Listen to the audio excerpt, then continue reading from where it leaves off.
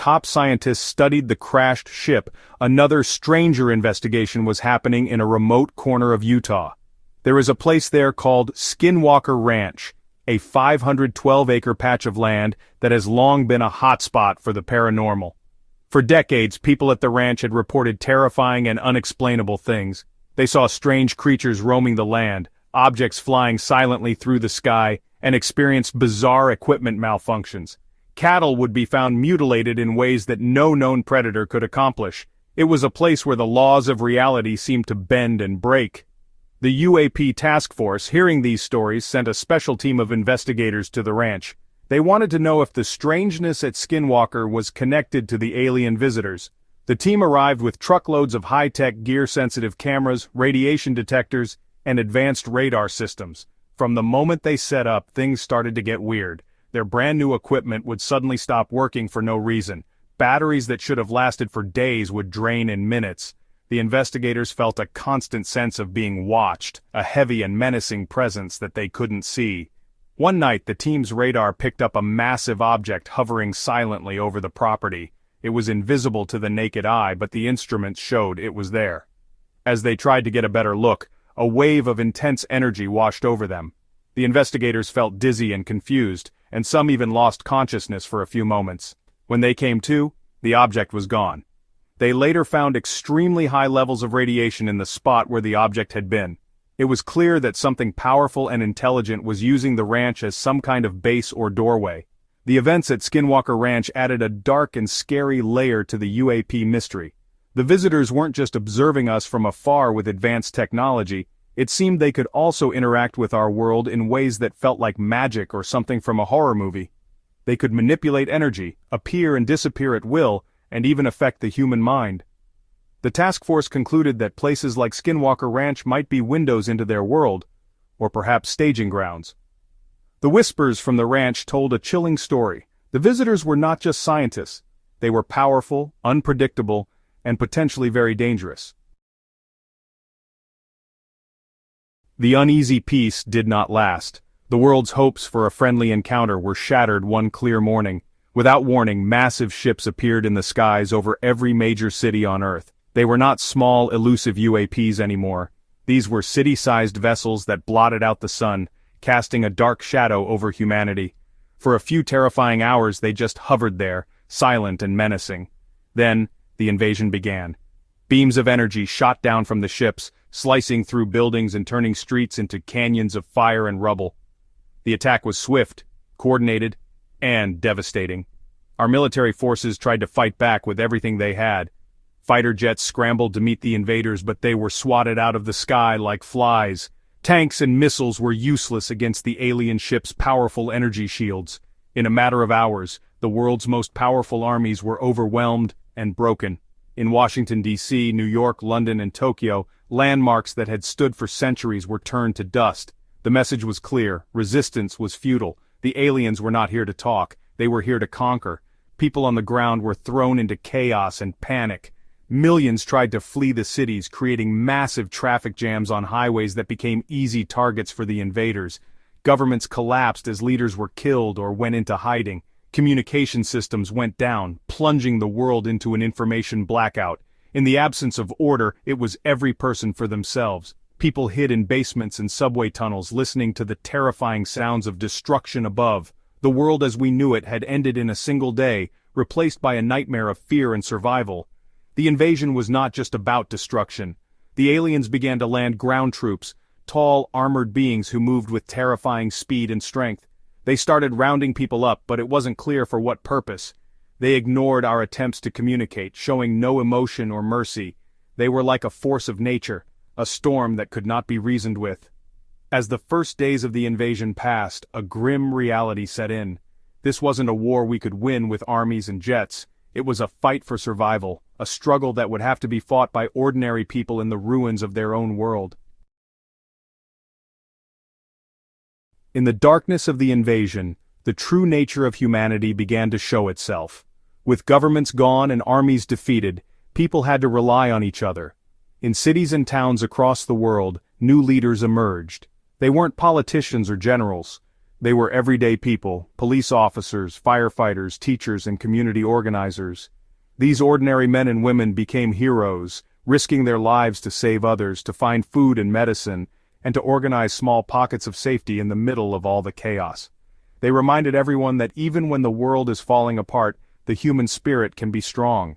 In the ruins of Chicago, a police officer named Maria refused to abandon her post. She gathered other officers who were still loyal to their duty and created a safe zone in a downtown neighborhood. They protected civilians from falling debris and roving alien patrols, and they shared their limited supplies with anyone in need. On the other side of the world, in a small village in Africa, a school teacher named David used his knowledge to build water purifiers and create a small farm to feed the refugees who had fled the cities. These small acts of bravery and kindness were happening everywhere, like tiny lights flickering in a great darkness. But the invasion also brought out the worst in some people. Faced with a powerful new enemy, some chose to side with the invaders. They became collaborators, trading information about human resistance groups in exchange for safety or power. In some cities, corrupt police units or gangs made deals with the aliens, helping them control the population. They became as feared as the aliens themselves, preying on their own people. These traders showed that the greatest threat to humanity was not just the aliens in the sky, but also the darkness that can grow in the human heart. This division between heroes and traitors created a new kind of war. It was fought not on battlefields but in the streets, alleys, and ruined buildings of our cities. It was a struggle between those who held on to hope and community, and those who gave in to fear and selfishness. Resistance groups had to fight not only the technologically superior aliens, but also the human spies in their midst. It was a messy, desperate, and brutal fight, but in this struggle the lines were clearly drawn. You were either fighting for humanity, or you were helping to destroy it. As months turned into years under alien occupation, the world began to change in fundamental ways. The old maps no longer made sense. Countries and borders disappeared, replaced by zones of control. Some areas were heavily patrolled by the aliens, massive citadels of their power built on the ruins of our old capitals. Other areas were lawless wilds, where survivors struggled to get by. And in the mountains, forests, and hidden valleys of the world, new communities formed, the homes of the human resistance. A new world was being born from the ashes of the old one. The resistance was not one single army. It was a patchwork of different groups, all fighting for the same goal: freedom. In the Rocky Mountains of North America, former soldiers and survival experts used their knowledge of the land to launch guerrilla attacks against alien supply lines. In the dense Amazon rainforest, indigenous tribes, who knew the jungle better than anyone, became silent hunters, using ancient techniques to fight a high-tech enemy. In the rubble of European cities, small cells of fighters communicated through secret codes, working to sabotage alien technology and rescue captured civilians. Hope was a rare and precious resource, but it was kept alive by these brave groups. They learned that while they couldn't win a direct fight, they could be a thorn in the aliens' side. They learned to be smart, to be patient, and to use the aliens' own technology against them when they could. They scavenged parts from downed alien drones and ships, slowly beginning to understand the science behind them. These small victories were more than just military gains. They were symbols that humanity had not been broken. They were proof that the fight was not over. Slowly but surely, these scattered resistance groups began to connect with one another. Using salvaged radios and old-world technology, they started to share information and coordinate their attacks.